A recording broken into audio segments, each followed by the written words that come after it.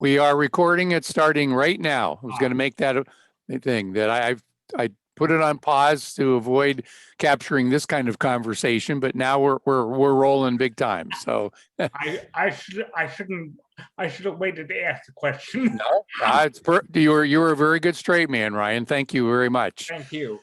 Well, so why don't we get rolling, and if we have some more people, we'll kind of fill them in. I welcome you. I'm Joe Shaw, the president of the Cleveland chapter, Jack Graney chapter, and Blake, you want to add your welcome? Yeah, we welcome you to the meeting. It's kind of fun having all three chapters together. I know during COVID we've had multi chapters involved with a lot of things. People have reached out to, at least in Columbus, to attend a number of our things, because with Zoom you can do stuff like that. It's been the one real joy of Zoom is that it's really kind of broadened what you can actually attend. So anyways, welcome. Tom? Okay. Tom, over to you. Hey, well, thank you, Joe. Well, welcome, everyone. This is a really great way to put Ohio on the map with the three groups, SABR groups from Toledo. Maybe in the future, we can include our sisters and brothers from the South. I think that would be a very worthy thing, But all right, well, why don't we get rolling here, and let me make a brief introduction of Jerry. I'm going to use the bio, some of the thoughts that Jerry provided. Jerry is a professor. Let me make sure, Rick, did you have anything to add? You're my you're my co-leader, co-pilot.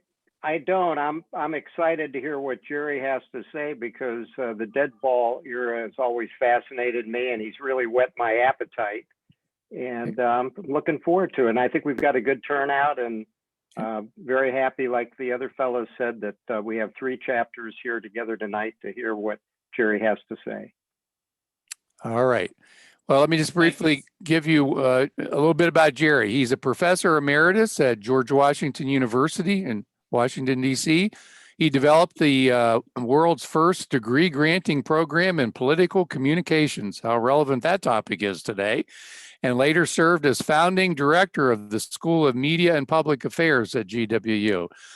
He is a Cleveland native, so in his words, he learned his love of baseball on frigid July nights at the Mistake on the Lake, watching Larry Doby knock down the walls and an aging Mickey Mantle urge his knees toward first base on ground balls to short. As a Yankee fan, that's a painful thing to remember, but we move on.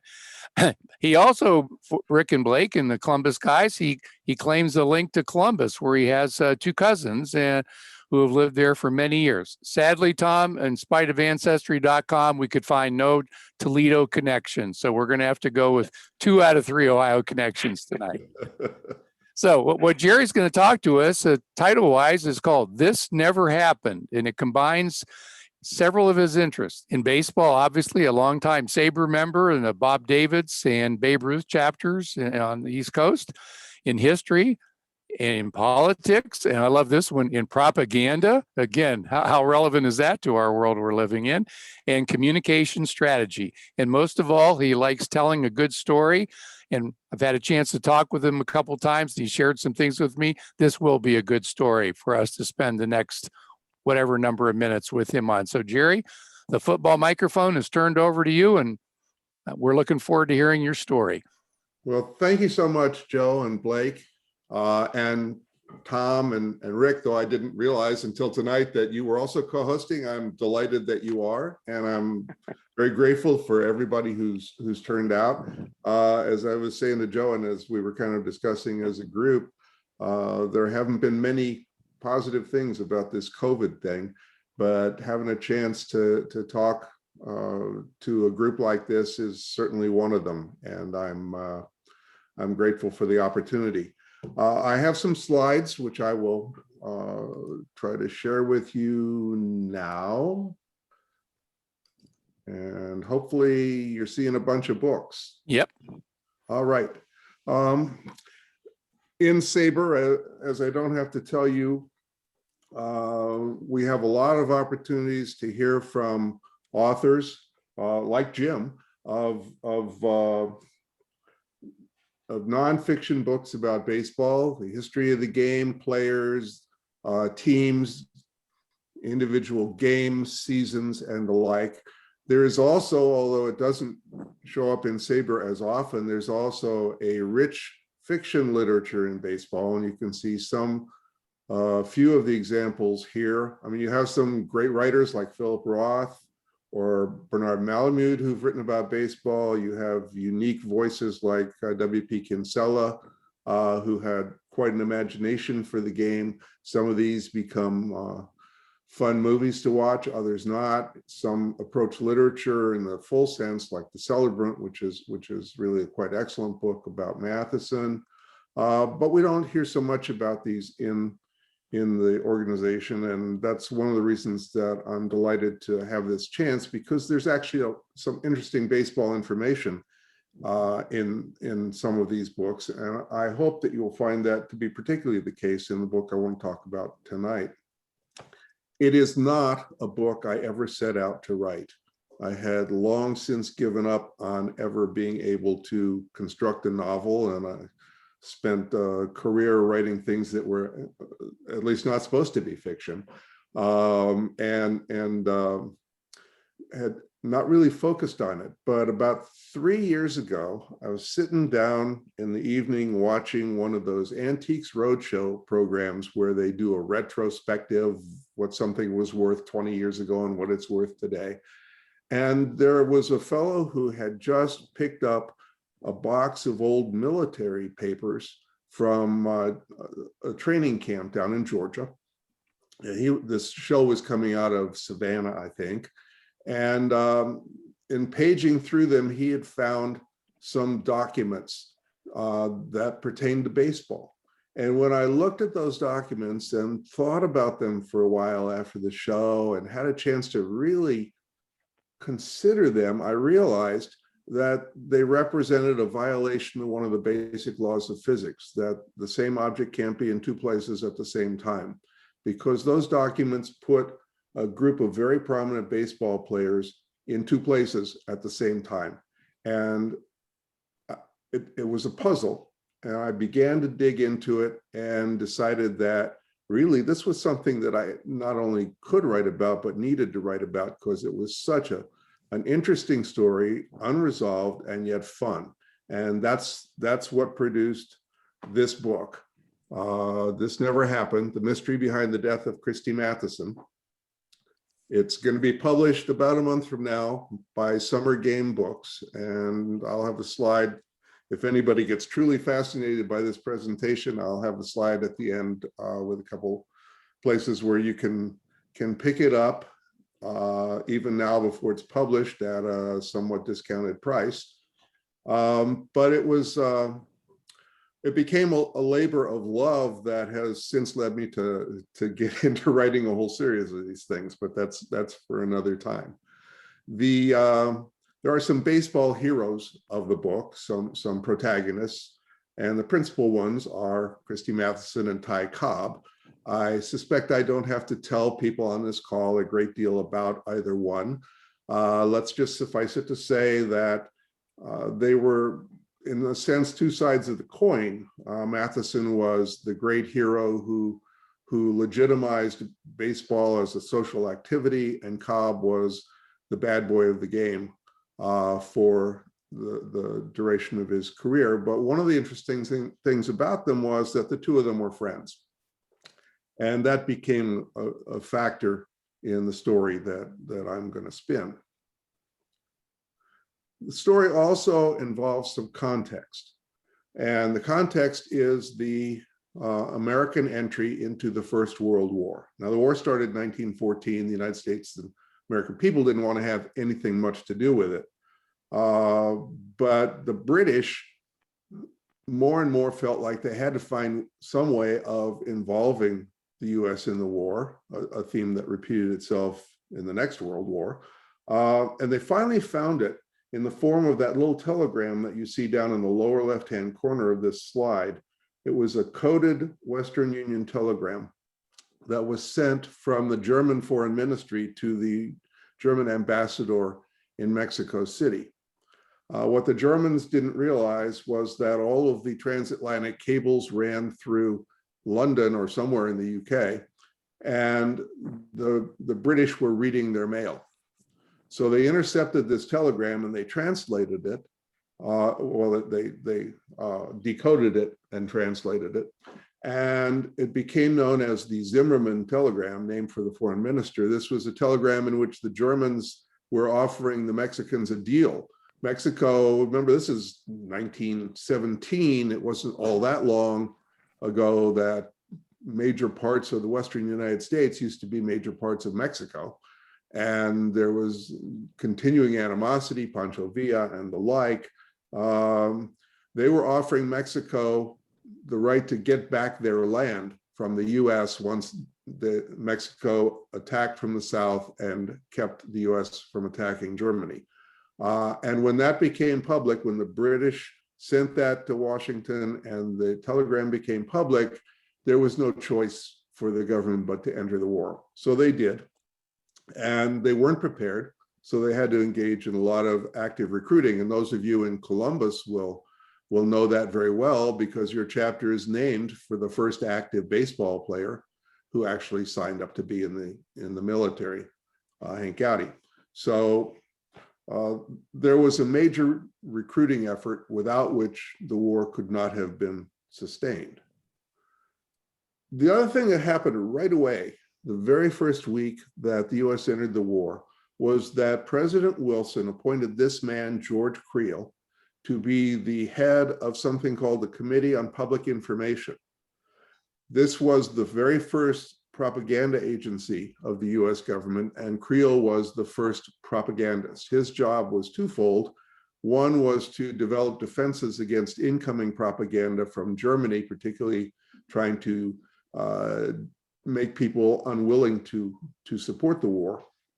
The other was to propagandize within the country, to develop support for the war and find ways of using information to support the war effort through things like the 4-Minute Men, which you've probably heard of.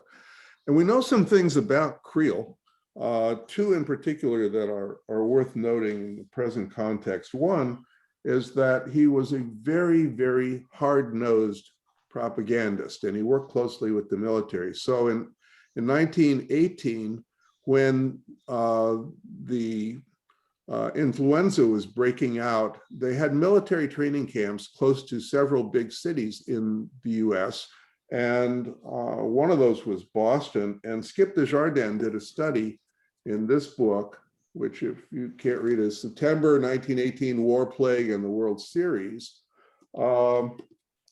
where it's mostly not about the World Series, it's most about the war and the plague. And he makes the point that because the military was so concerned that civilians wouldn't support the war, when the flu epidemic broke out on the bases, they refused to close the gates and keep people on base or keep commerce out. So there was free flow of people back and forth into these major cities like Boston, and the result was the domestic pandemic. It was more important to them to develop support for the war, and Creel was behind this push. The other thing about Creel is that a couple of years before he was named to this position, around 1915, he was the New York State chairman of a women's suffrage league, the State Suffrage League. And in that capacity, he recognized the value of baseball as a propaganda mechanism, to the point where his organization one day bought 8,000 seats at the Polo Grounds for a Cubs-Giants game and 125 boxes, and they papered the entire stadium with their suffrage banners. So he knew that baseball had propaganda value. Wrong direction. Well, the first thing that happened, and here are the Indians, first thing that happened was that the president decided that baseball was a really important thing to keep going in 1917, but needed to show some patriotism. So the teams began doing close order drill before their games. A lot of them, if you look at the old pictures, were doing it with baseball bats, but here's one of the Cleveland team doing it with what looked to be real rifles, or at least in appearance. And that was the initial response, so baseball could look patriotic and supportive of the war effort without experiencing a great deal of institutional pain beyond that. I keep going the wrong direction here, sorry. But it wasn't enough. If you get to 1918, the letter on the left is from Franklin Roosevelt when he was Assistant Secretary of the Navy, and it's written to the Commandant of the 1st Naval District. And what he's doing is writing a cover letter to pass along a letter he had received from Harry Frazee, who was the president of the Red Sox. And Frazee's letter noted that he had 12 of his players who had joined either the Army or the Navy. And he was finding it difficult to put a team on the field for the 1918 season. And he noted that 2 of those players were actually in the Boston area doing clerical work. And Roosevelt is asking the Commandant if it wouldn't be possible to have them released back to play baseball so that Frazee could put a team on the field. And you can see there's a little handwritten note there that says, of course, we can call them back to the active list at any time if we actually really need them. So there were those kinds of issues going on early. Then Newton Baker, the man in the middle there, was the Secretary of War. And in June, he instituted the first draft. But baseball players were exempted. And that didn't go over so well politically. So a month later in July, he rescinded the exemption and baseball players suddenly became eligible for the draft, and they were given a choice. They could either go to work in a defense industry or they could join one of the military branches. And here's another little telegram from Harry Frazee. This one goes to Gary Herman, chairman of the National Commission, where he says, if the president backs Baker on this, then we really need to cut our season short, stop playing in August, and deal with it. And I know a bunch of you will be on small screens, so let me read the cartoon down at the bottom that came out at that point. It says, baseball players must fight or work in war necessities industries if within the draft age.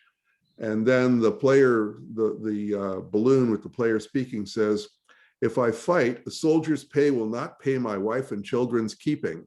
With the high cost of living, and it will take a long time to learn a lucrative craft. So baseball players were not being painted in the rosiest of terms, and they were being confronted with this choice. Well, a lot of them, as you know, joined into they joined wartime industries, and their principal or sometimes only job was actually to play baseball on industrial baseball teams. This looks like a team photo of Bethlehem Steel, but actually Bethlehem Steel wasn't a team, it was an entire league. They had 6 teams from different Bethlehem Steel facilities that played each other and that did some recruiting. And there was a SABR write-up on Bethlehem Steel baseball by Brian McKee, who looked at this, and he found that the Bethlehem Steel 6 teams had a total of 71 then current or future major league players on their rosters. And the names included people like Eddie Plank and Babe Ruth and Joe McCarthy, so some pretty well-known names. But Ban Johnson wasn't happy about that. Ban Johnson said, and I'm going to read this quote, "The American League does not desire to impugn the motives of players who have gone into this industrial work." But then, of course, he proceeds to do exactly that, to impugn them. "Some of them are patriotic. But if there are any of them who are Class 1A, I hope Provost General Crowder yanks them from the shipyards and ... by the coat collar and puts them in a cantonment to prepare for future events on the Western Front. The American League does not approve of players trying to evade military service." Now, why would Ban Johnson say this? There are at least a couple of reasons that might explain it. First, this statement was made, remember, Johnson was president of the American League, but he also ran the Chicago White Sox. And this statement was made a few days after Joe Jackson announced that he was going to leave the White Sox to go play in an industrial league. In fact, in the Bethlehem Steel League. And the other reason was that so many players were going into the industrial leagues and they were being well compensated that Johnson was afraid that there was going to be an old pattern set in the Players League, the Federal League, leagues that became business challenges to Major League Baseball. And he was afraid that the industrial leagues after the war might emerge into such a challenge, which explains this quote. But there was a serious problem. There really was difficulty in recruiting people into the military, especially in certain lines of service. Now, this is General William Seibert, and the quote on this slide is actually derived from a much longer quote. He was the first commander of the Chemical Warfare Service, the so-called Gas and Flame Division. And he was having trouble getting people in. And what they did in Washington is they called what we would today call a press conference, and they gathered all of the most influential journalists in town together and announced that they didn't care how old these people might be. They didn't want just youths, but baseball players and even old baseball players and other athletes would be really good role models, and they would use them to encourage recruitment into the Gas and Flame Division. And this became a major initiative, and you can bet that George Creel was behind it as well. So the way this developed, Seibert got in touch with Perry Houghton. Now, Perry Houghton had retired in 1916 as the head football coach at Harvard, when I guess that must have meant something. And more recently, he had bought a 10% interest in the Boston Braves, the National League team in Boston. And he recruited Perry Houghton as a major in the Chemical Warfare Service for the purpose of getting some of these baseball players in. And Houghton, in turn, recruited Branch Rickey, who was also made a major.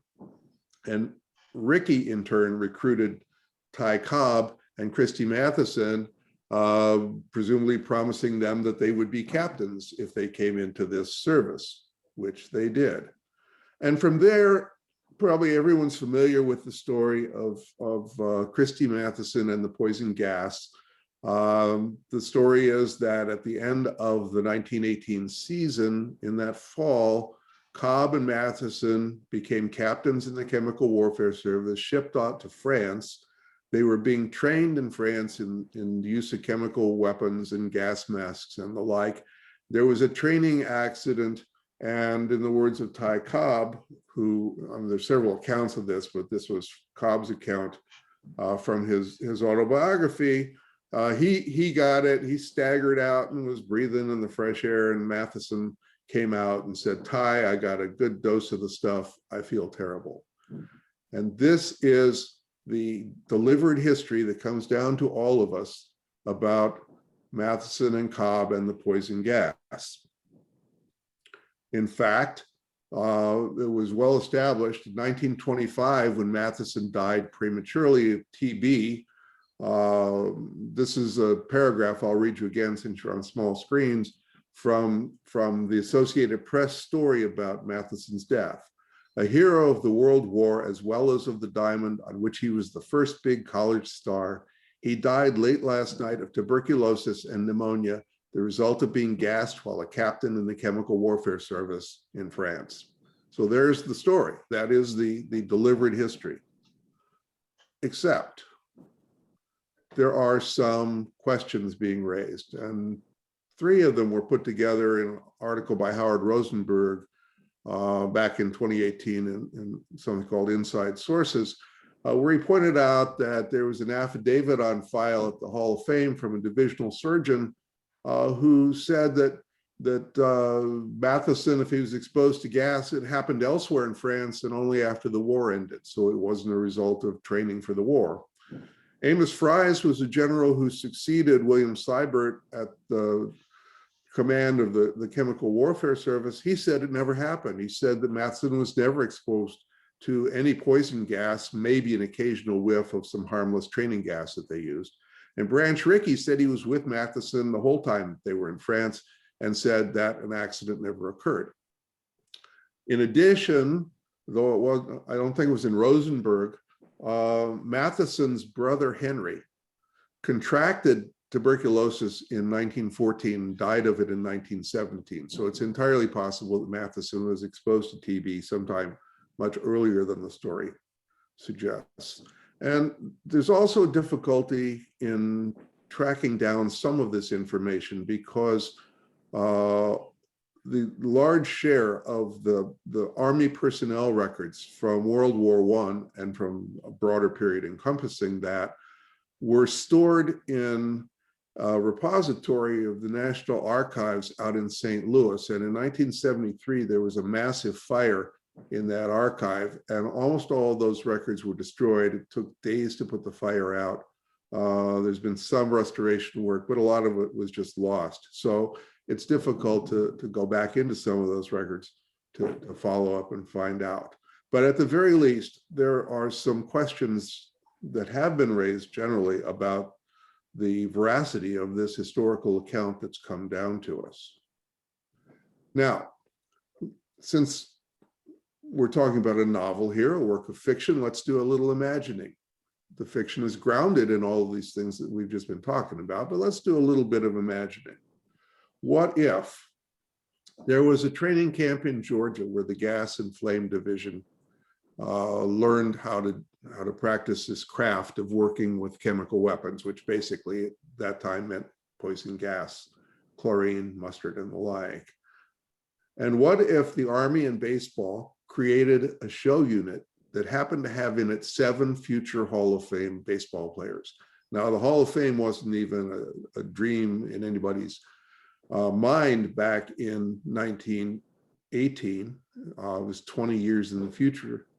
But let's say, following up on exactly what General Seibert said and on Creel's wishes, that they actually did recruit not just Matheson and Cobb, but other prominent players to be in a show unit. And the purpose of the show unit would be to illustrate that even these famous athletes are willing to supposedly risk their lives working with these weapons, because it's not that terrible. You know, you can do it fairly safely, and they're willing to do it, and they're also willing to show that they're patriotic. Let's say that the unit was led not by Captain Christy Mathewson, but by Lieutenant Christy Mathewson, who reported to Major Branch Rickey. And let's say that the members of that unit included Corporal Frank Baker, Corporal Max Carey, Private Frank Chance, Corporal Ty Cobb, Private Davy Jones, Ordnance Sergeant Honus Wagner, and Private Ed Walsh, all of them except Davy Jones, eventually to end up in the Hall of Fame. And let's say that there was documentation that these players were actually in Georgia training on poison gas in a particular period of time. And let's say that at the very same time, there was official documentation from Major League Baseball that they were playing or managing in Major League games. Let me say that again. Documentary evidence that they were in Georgia. At the same time, there was documentary evidence that they were, at least the ones who were still active, playing or managing in the major leagues. And we don't have to imagine, there is no mention of what we would today call a propaganda dream team, this team of future Hall of Famers.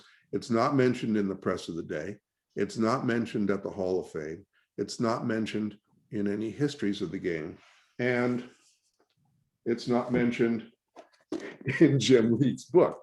If you look in the index under camp to see if the name of this particular camp is listed there, there's 7 or 8 camps where Jim talks about baseball activities, but the camp that we're talking about here is not among them. What could account for this? How can this combination of things happen against the background that I've just described? Well, as it turns out, there was such a camp. It's called Camp Hancock, and it was just outside of Augusta, Georgia. Here's a picture of it. You can see it was a pretty ugly place. The tents in the background stretched off to the left as far as the eye could see. There were some some actual physical permanent buildings there, the largest of which isn't in this particular photo, was the base hospital. They had a very large base hospital. And for perspective, I've got 3 maps for you to consider. Lower left here is a map of the city of Augusta, and I believe this one dates to 1909, so it's very close to the time period in question. And let me, it's not going to let me do that. All right, I don't know if you can see my mouse, but here's I'm circling the main part of Augusta, Georgia.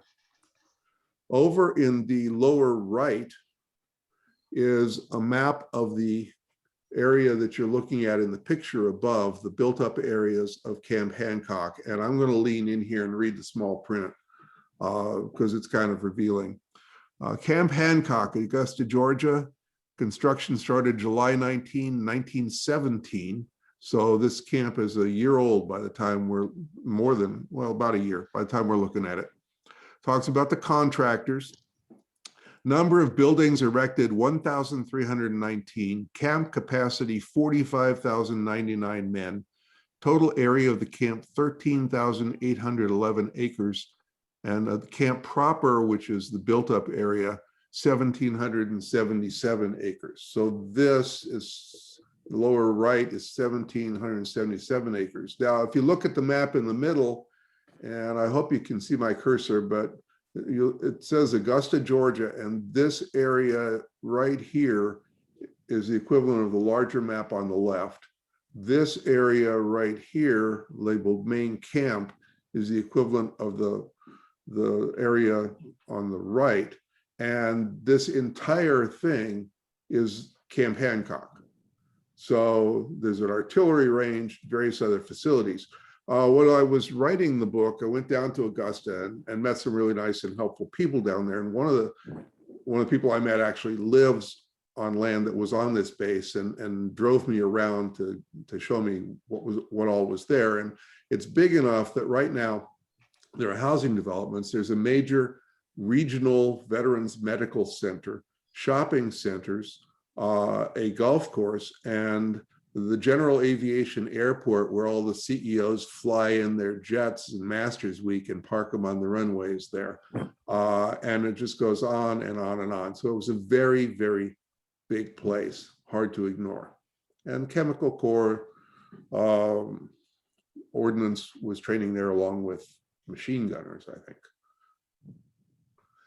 Not only was there such a place, but turns out there was such a unit. And this is the first of the 2 papers that got me started on this project. And I know it's difficult to read, but it's a lot easier than what we ended up working from. If anybody's interested, I can tell you how we got down to the images of these 2 documents.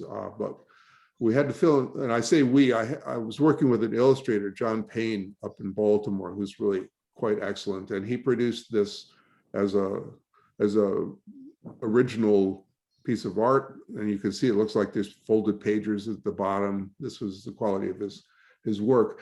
This is not the original document, but it is an almost perfect image of the original document. We stayed as close as we could. There were some small non-material things we couldn't read clearly, and there were a couple of places that we introduced purposeful errors so we could always tell our document from the real thing.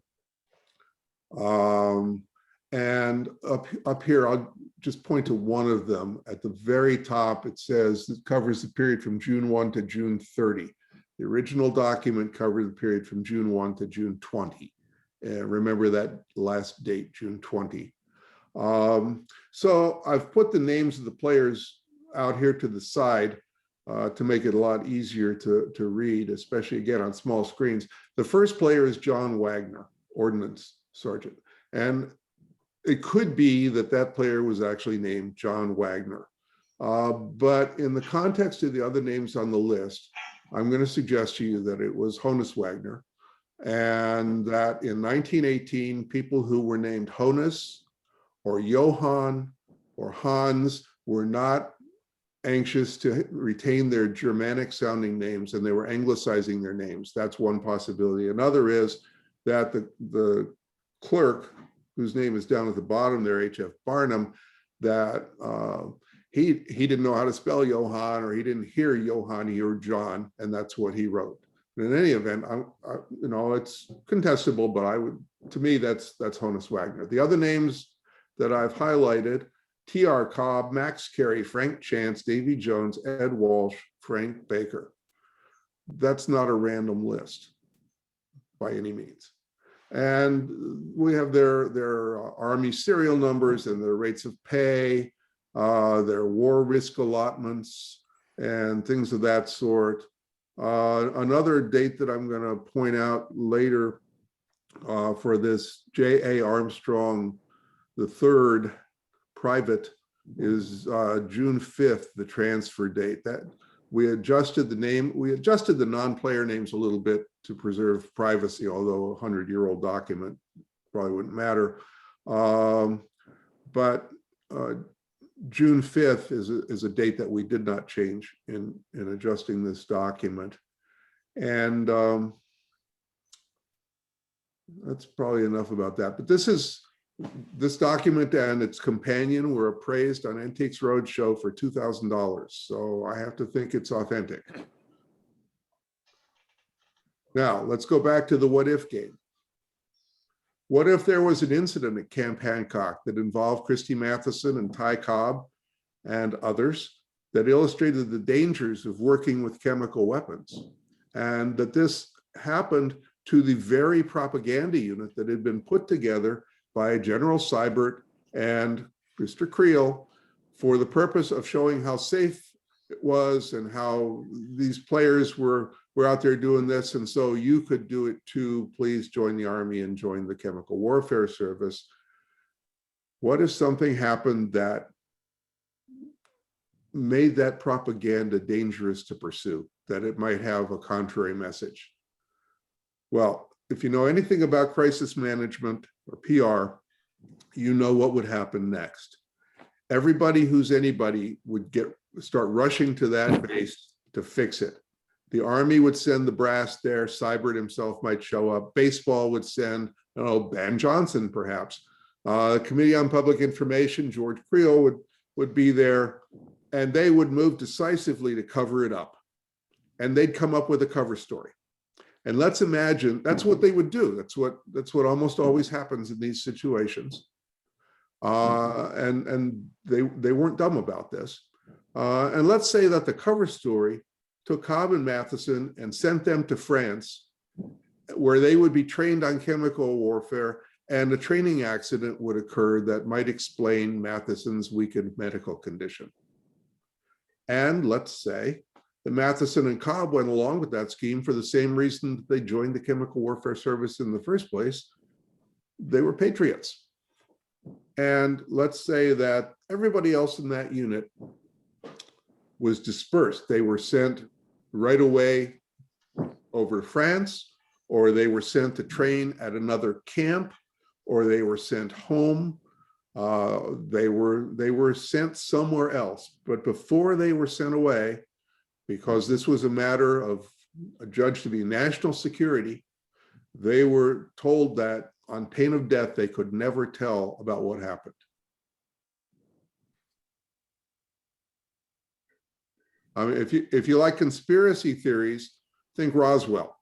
If there really was a spacecraft there and everybody involved was sworn to silence, and it's been a long time before people broke that silence. Now, I don't know if that was real or not, but there was something going on here. And let's say that George Creel closed that planning meeting with the following words: "Gentlemen, remember, for the good of the nation, for the good of the Army, and of course, for the good of baseball, this never happened." Well, here's the other document, and here's where you have to start wondering if something really did happen. There are a lot of anomalies in this particular document. This is a daybook from that same unit from the same period of time. And I'm going to just point out a few of these things. It's pretty easy to see that there's more than one hand at work. It's not just the company clerk. If you go back and compare handwriting to the other form, you can see the clerk's writing on both forms. But look down the date column, June 1, June 2, June 4, and down below June 6th, June 7th, June 8th. It's treated different, it's written differently halfway through. You got on June 4th, you got Private J.A. Armstrong transferring in from Camp Fremont, California to Augusta, Georgia, Camp Hancock. Now, you didn't just hop a jet plane in 1918. That was a cross-country train trip. So they stuck this guy on the train for a week, moved him across from Camp Fremont to Camp Hancock for training. And on June 6th, lo and behold, they transfer him out again up to Camp Merritt in Pennsylvania. So that's a little strange. There's some other things that go on in this document, but here's an interesting one. You can see June 3rd, no change, but June 3rd is out of date. There are 2 entries for June 4th, but June 3rd, they kind of forgot about. And there's an arrow to a note, and you can see that it's kind of torn out there. That note was torn out similarly to that on the actual original document. We mimicked that. And there's just enough there to let you know there was a note under there explaining something about June 3rd. Now on June 5th, Second Lieutenant Mathewson, whose name didn't appear on the other roster because he was an officer and those were the enlisted men. Second Lieutenant Mathewson is sent to the hospital. Frank Chance, Private Chance, is sent to the hospital. And Private Stone, one of the non-players, is put in quarantine. Something happened on June 5th. Then Armstrong gets transferred out on the 6th. Davy Jones is put on furlough on the 6th. On the 7th, Stone is returned to duty. He wasn't in the hospital, he was just quarantined. On the 8th, Chance gets out of the hospital and returns to duty. And then on the 9th, after 5 days in the hospital, Christy Mathewson is returned to duty. And Jones comes off furlough and goes back to duty. And then there's no change after that. Just a set of really kind of intriguing facts. And then we get to the one that's really intriguing. Look at June 11th. There is no June 11th. That unit was set up to operate from June 1 to June 20. After June 10, there's nothing. It was gone. So there's enough there, at least there was for me, to suggest that if you could think of something that might have gone wrong, something of the type that I've suggested and develop in a good deal more detail in the book, then maybe something did happen. Now, at the very same time, this is a box score from the Senators at the Detroit Tigers, Friday, June 7th, the exact same week that we're talking about. And there's Ty Cobb playing first base, went 2 for 4 with an RBI and a triple. So Ty Cobb is in 2 places at once, and he's not the only one. Now, there are explanations for that in the book, but for now, let's just say that it's a conundrum. Then we get to the press. There are 2 newspapers, or were, in Augusta at the time. And Augusta was a baseball town. You have to remember that there was spring training in Augusta some years back then. Cobb was a local, more or less. So it was a baseball town. They knew their baseball. They would cover it if there were things of interest to baseball going on there. One of the papers, the one that endures today as the main paper, is the Augusta Chronicle. And one of the people I met there was a semi-retired editor who went back into the private archive of the Chronicle to the period in question and said there was no reference of any kind to the players being in town. More interesting in some ways is this from the other paper, and these are from 3 separate dates. Now, let's think about this again in terms of what the objective was. You put together a propaganda dream team to draw attention to chemical weapons training and to make it look like it was just another day in the park.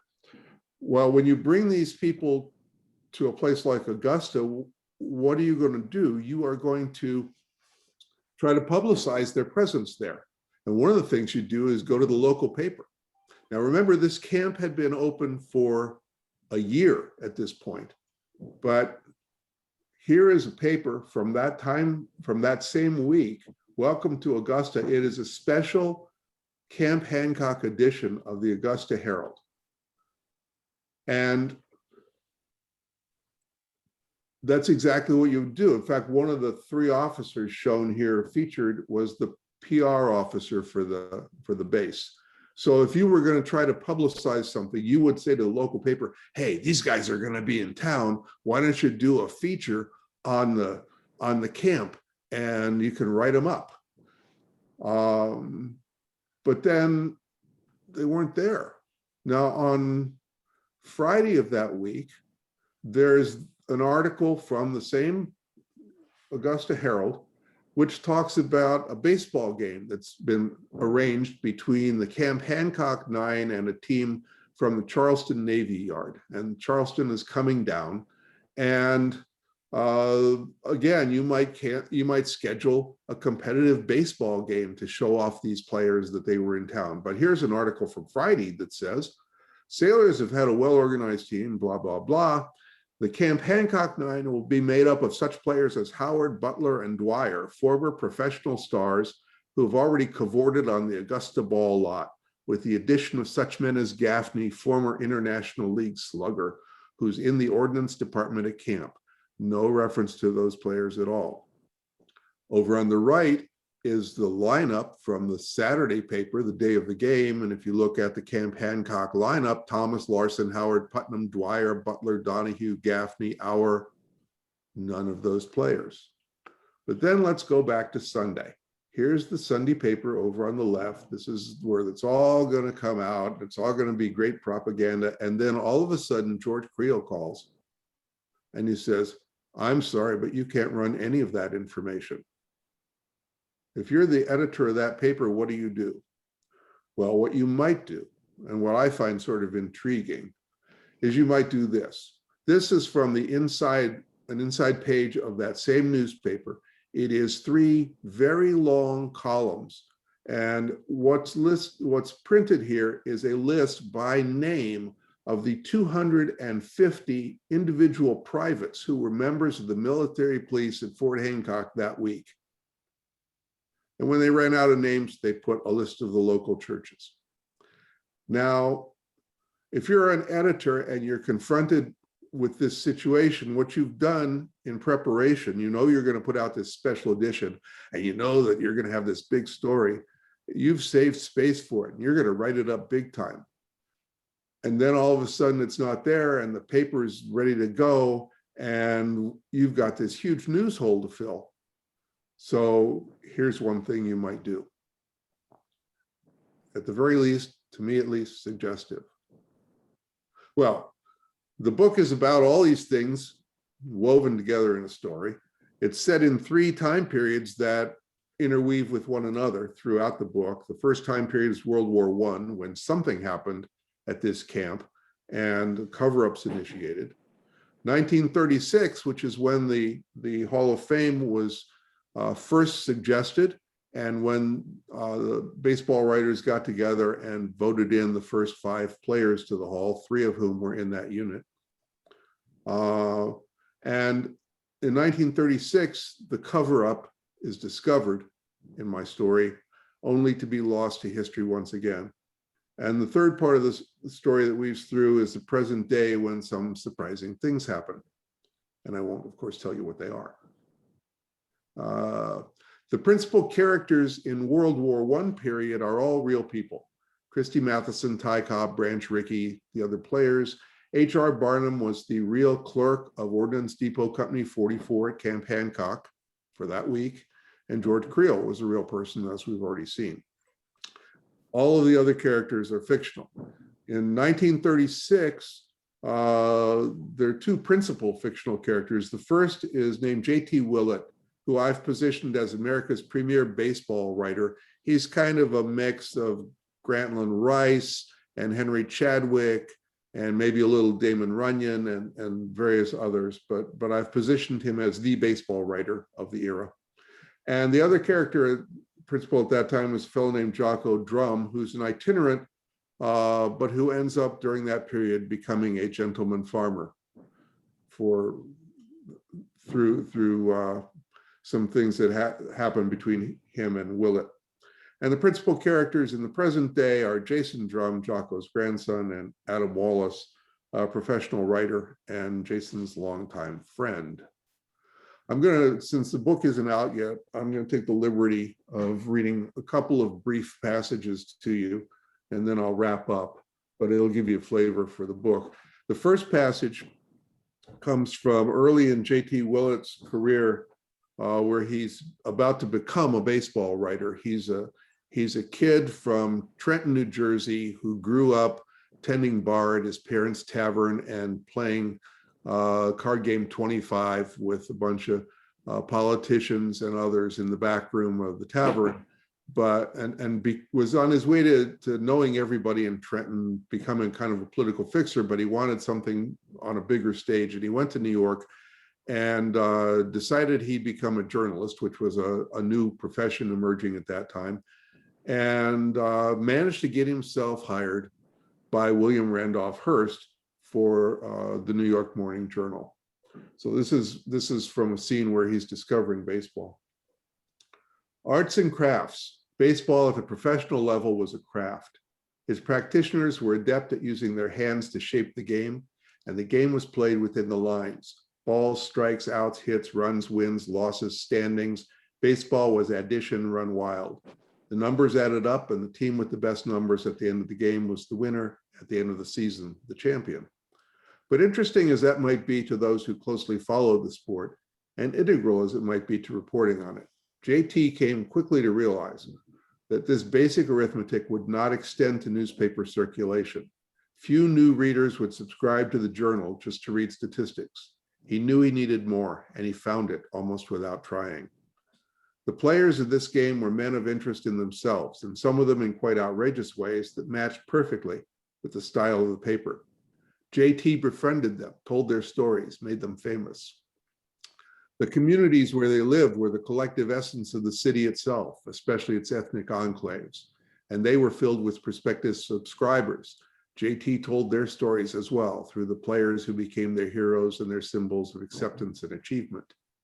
And then there was the game, not exactly cerebral to the casual observer, but as JT came to understand the basics, he came as well to understand that there were stories behind the basics, who stories, how stories, and especially why stories. Origin stories, stories of friendships and personality conflicts, funny and sad stories based on players' experience, and above all, stories of strategy and of the mental game within the game, all of which he set out to tell, even where, in the great tradition of the journal, he had to make them up. In baseball, if baseball was a craft, JT Willett became the artist who painted its portrait. And then one other short passage, JT sets off, when the Hall of Fame first class is selected, he chaired the committee of selection, being the premier baseball writer, but then he set off to write the story in his own way, to go out and interview people around the country and the players where he could, and really tell the story in his own way. And the first place he went, since Mathewson wasn't alive any longer at that point, was to go see Jane Mathewson, his widow. She began sharing with him some documents, and this is just a short passage from there, and this is where he gets set off on his quest. JT read Cobb's letter, then he read it again. Jane, what is this about? What did that old miscreant do? You know all about Chris in the war, right? And how he got accidentally gassed over there in France, and after he recovered, he came back a hero. Well, he was a hero, but not the same way that everybody thinks. There was a lot more to it. It's all that old Mr. Ricky's fault when you get right down to it. Branch Rickey? Of course, Branch Rickey. Back after the war started, and you remember how the government was putting all that pressure on baseball, calling the players unpatriotic and all that. I remember. Well, one day Chris gets this letter from Mr. Rickey. Personally, I think that hypocrite Wilson put him up to it, but that's just me talking. Anyway, Chris gets this letter and says Branch is going to be an officer and he wants Chris to come and serve in his unit. I've got that darn letter here somewhere, or here. And she handed JT a second document. Now, he didn't say right away what that unit was. And you know, Chris, he always wanted to do the right thing. Love the country. He loved the game. So Chris writes back and he says, yeah, of course I'll join up. Now, I'll tell you, JT, I begged that man not to do it. I pleaded with him, but I never had a chance. So then, just before he was ready to leave, Mr. Rickey tells him what they'll be doing. Defusing bombs and canisters of mustard gas, teaching soldiers to use gas masks as if they were experts themselves. Can you believe it? Well, I hit the roof. But Chris, he just smiled and said, Janie, somebody's got to do that work. Guess it's me. And off he went. Well, I'm not going to tell you more about what's in the story. But when you put all the pieces of real and imagined, and mainly real, together, it's as if Ordnance Depot Company number 44, Camp Hancock, Georgia, simply didn't exist. It's not in any of the baseball histories. It's not in the histories of the war. It's not in the contemporaneous news accounts. It's not in the biographies of the players who were supposedly there. Why is that? There has to be a reason for that. What I've provided in This Never Happened, the book, is an imagined answer to that question, because that's what I've got, a pure fiction of what might have happened, and that to me would explain the facts on the ground. But if what I've written is fiction, one is then left to wonder what the fact is. If this never happened, what did? Well, J.T. Willett knew the answer to that question, but he had two shortcomings. One, he was fictional, and two, he died before he could tell it. But today's baseball historians, I think, might be interested in confronting the issue from the documents. Those documents are available. The URL to find them online is in the book. They'll be difficult to read. It took a lot of enhancement to make them readable to the point where we could reproduce them as we have. What's in the book is pretty true to form. It's not the original. But if those military documents are authentic, and they have been authenticated, and if the official records of baseball are authentic, and one presumes perhaps that they are, then there's a conundrum. There's an historical anomaly that needs to be resolved. And that's the story of my book. This Never Happened. It is out for pre-publication purchase, and there's some pricing that will go up later. You can get it directly from summergamebooks.com. It's also on Amazon. If you'd just like to get an email when it's actually published, which will be sometime toward the end of April, my email's down there below. And if you send me a note that has TNH in the subject matter and your name and email address, I will be glad to send you a note when the book is actually published. And that is the name of that. All right. Thank you, Jerry. Well, we can open up the mics for open conversation. If anybody would like to comment, ask Jerry a question, whatever.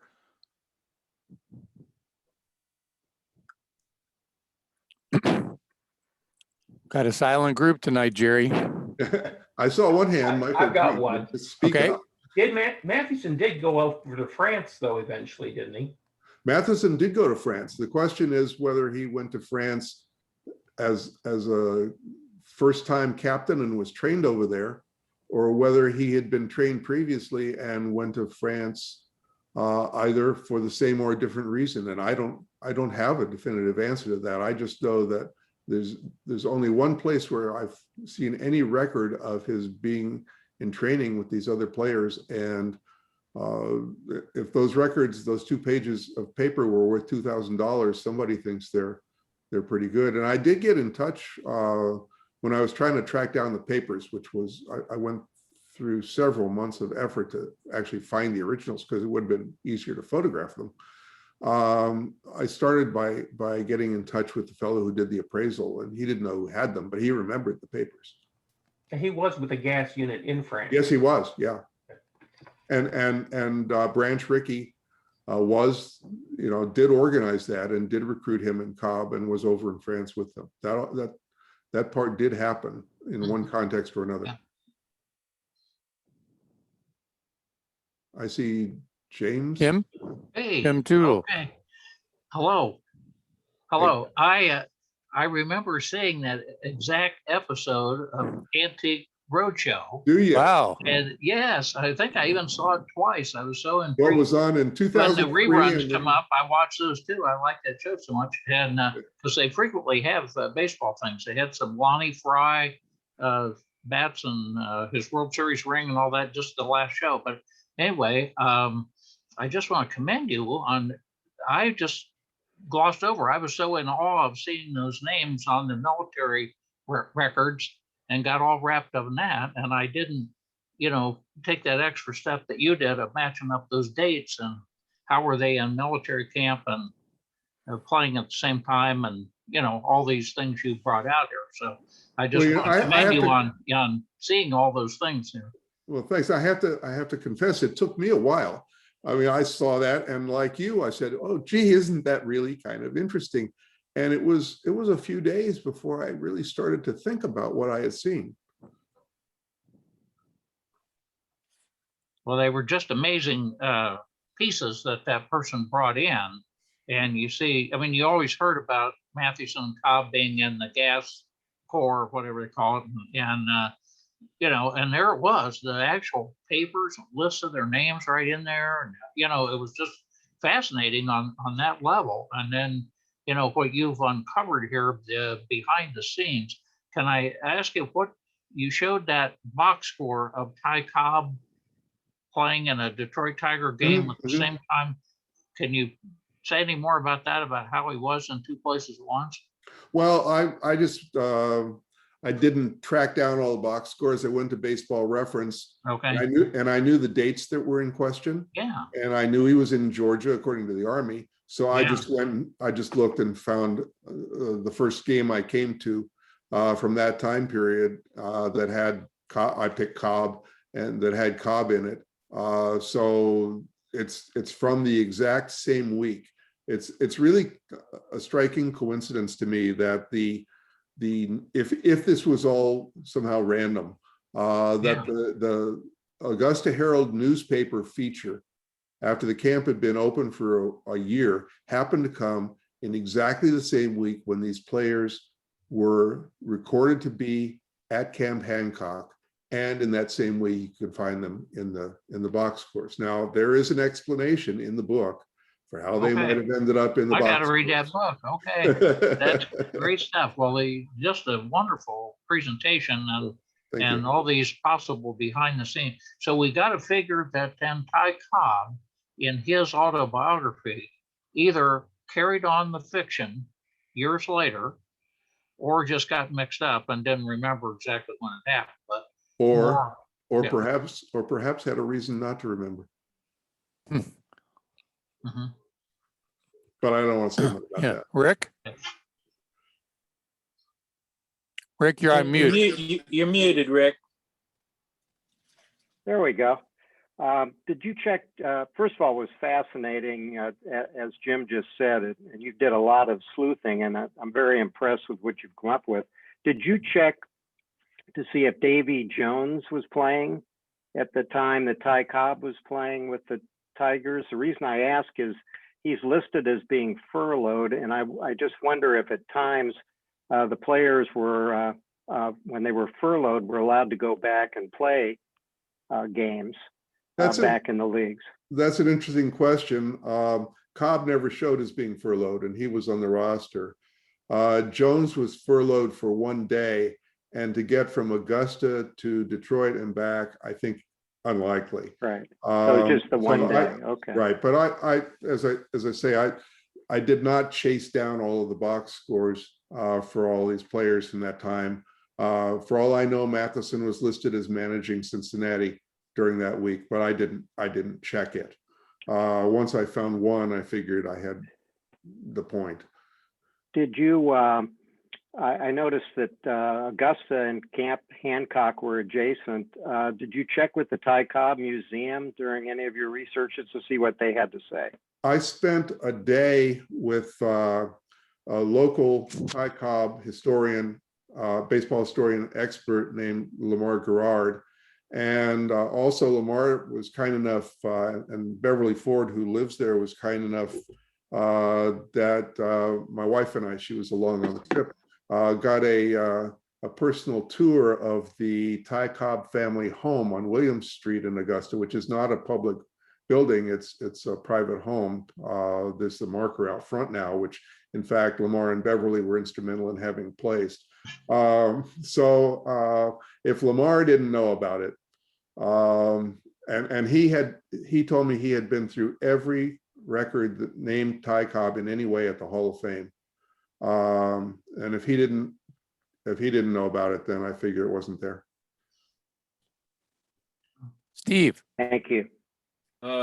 There's a U.S. Military Records Center down in Maryland, and it's not the personnel records that they have in St. Louis. This is all the ephemera from the Army going way back, and it includes everything from general orders from the top brass all the way down to daily reports, and they might be able to dig something up out there. Well, that's an interesting notion, and that kind of gets me to a question that I'm sometimes asked, which is, why did you write it as fiction? And my answer is that I spent 40 years doing academic kind of writing, and I wanted at that point to write it as fiction, but to raise a serious question. And what you suggest, Steve, is a resource that somebody who might want to pursue this, I'll be happy to cooperate with whatever I have, but that's one I hadn't thought of. I did talk to, when I was chasing down the papers, I talked to military historians who were running military museums in Georgia and as far away as Oklahoma.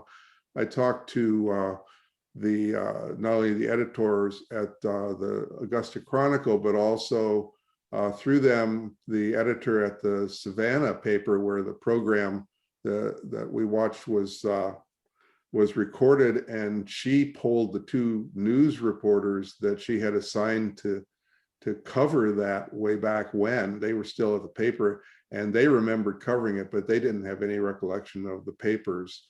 That doesn't go to your point about records, but it does suggest that maybe there are places like that we can find some bits and pieces. These two papers are ephemera, really. They are something that somebody held on to in the stack of much more general military papers from that local camp. But that's a good suggestion. Yeah. Mike? Did Branch Rickey have much to say about all of that? The gassing and... Well, he said that it never happened in France. I never found any reference in any of the biographies to Camp Hancock. So if that happened, it never happened. Thank you.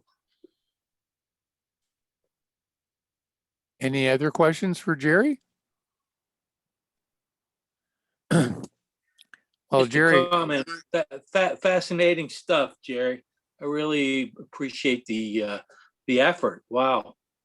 Well, thank you. Appreciate that. And thank you all for hanging out with me for an hour or so tonight. I appreciate that. it's been a great hour, Jerry. Thank you so much. Thank you. Excellent presentation. Okay. Thanks. Good night. Well, Jerry, good night. Thanks again. You all be Good well. luck with the book. Thank you. Go buy it. I am planning to. Fair enough. Good night, everybody. Good Yeah. night. Thanks, you guys, Joe. everybody, ladies.